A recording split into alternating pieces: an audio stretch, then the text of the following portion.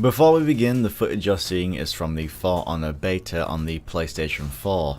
It's not really a beta though, it's more of a glorified demo, so all my thoughts and opinions are based solely on that. Also, I should mention I did take part in the technical test as well, but that was under NDA. Anyway, let's begin. For Honor at its core is a three-dimensional fighting game, but without the intricate feeling of that genre of games. Yet that's not to say what For Honor offers is any less of a fighting game experience, and that's why writing this is so bloody difficult. I'm terrible at fighting games. I've put about 20 hours into the various For Honor technical tests and beta combined, yet I'm still, well, to put it lightly, not very good. Fighting games and me just don't gel well together. It'll list all the combo moves you can do, and for the life of me I just can't remember them, and I end up sort of button mashing. Maybe I'm just stupid. For Honor, just like any fighting game, when you pick it up it has a steep, and I mean steep, learning curve. But with that said, even though I'm not consistently good or even average at the game, it doesn't dispel the satisfying feeling of achieving something great in the game when you manage to pull it off. Winning a fight because you perfected a certain combo and managed your stamina correctly feels awesome to do, and visually looks awesome as well. The animations in this game are some of the best I've ever seen. Running up and down stairs, climbing ladders, swinging your sword all feel and look as though they have some serious weight behind them. But combat in this game feels strange at first. Really strange. Then after a while you start to become more and more familiar with it, and all of a sudden something clicks. At the start of my time with For Honor I felt like I had very little control over my character, yet the more I played, the more I memorized the moves, me and my character started working together. I started winning more fights when I was outnumbered because I was playing to my character's strengths. So far I've played the 2v2 and the 1v1 duels, and this is down to my skill level, but I didn't really find them fun because, like I mentioned, I wasn't good. But I certainly do see the appeal to these game modes. They act as a more traditional fighting game arena, two players showcasing their skill, two players enter, one player leaves. As I said, I can totally see the appeal here, it's just not for me. I do prefer the Dominion game mode.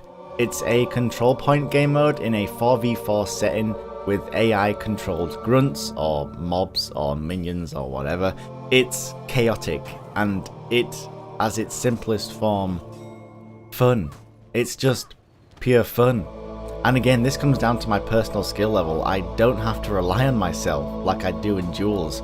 I can call for backup when needed, working with my team on comms to take objectives and coordinate our assault. So the gameplay is great. Whether you're dueling or partaking in these massive Dominion matches, there is two issues I do have with the game as it stands. One being the peer-to-peer network connectivity. In 1v1 duels it's fine, it's great, and the game works perfectly. This ideal starts to show its cracks, however, when more players start entering the fray, yet not affecting hit detection per se. It's more of a case of you'll be in this battle, then the host of the game's microwave pizza will be ready, the host leaves, then 7 players need to wait for 10 or 15 seconds for the game to find a new host. This disruption of battle, no matter how small, is just annoying and a pain to deal with. For a brief moment you're taken out of the combat with no knowledge of when the game will resume. This, in an online competitive sense, could completely throw off players who are engaged in a fight. Although I don't see Dominion being used in that sense, it's more of a, oh Jesus Christ, just let me play, for crying out loud. It's kind of hard to describe why it's frustrating, but when that menu pops up saying it's finding a new host, you just can't help but feel annoyed.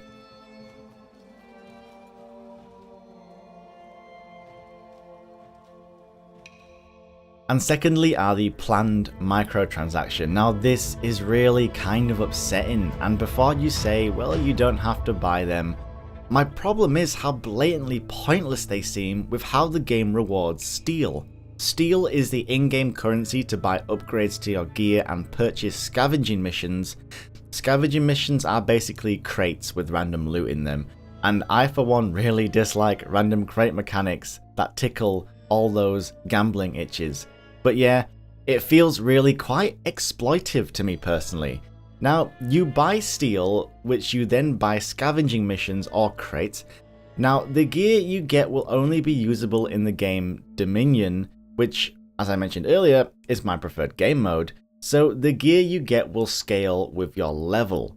So, realistically, you only want to buy the gear when you're at high level and already invested in the game.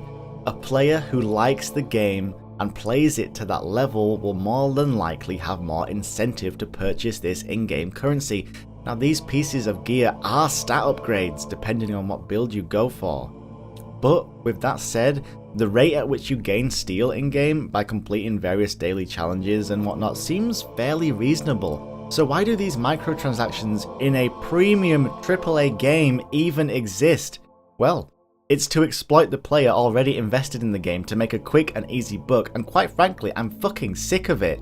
I'm tired of games doing this, especially premium games. It's fucking ridiculous.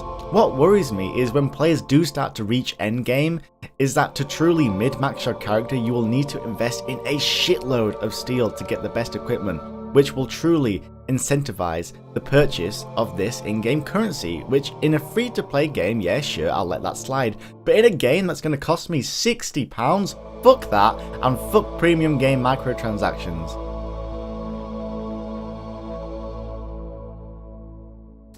Overall, I think the game is great, but I'm just not very good at it, yet I'm invested in it enough to try and get better.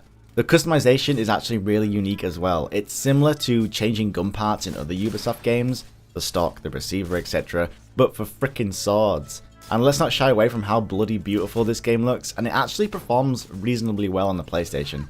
I've played on both PC and PlayStation 4, and although the 60 FPS is god tier on PC, the PlayStation version is playable and only really has frame drops in the Dominion game mode when the servers are having issues. But if you do want the true For Honor fighting game experience, get this for PC. But if you can't, it's not the end of the world, but you will be playing an inferior version. That being said, I'm going to pick this up on the PlayStation, but only because my friends are on that system. If that wasn't the case, I would most definitely buy it on the PC. In conclusion, For Honor is certainly a fucking great time that I feel is going to get spoiled by greedy publishers and peer-to-peer connectivity. If you want a solid, beautiful game with satisfying combat with a steep, complex learning curve, I really do recommend you pick up For Honor. But you better rep those knights, or else I'll see you on the battlefield. And as always, take care everyone, be good to one another, and I'll see you next time.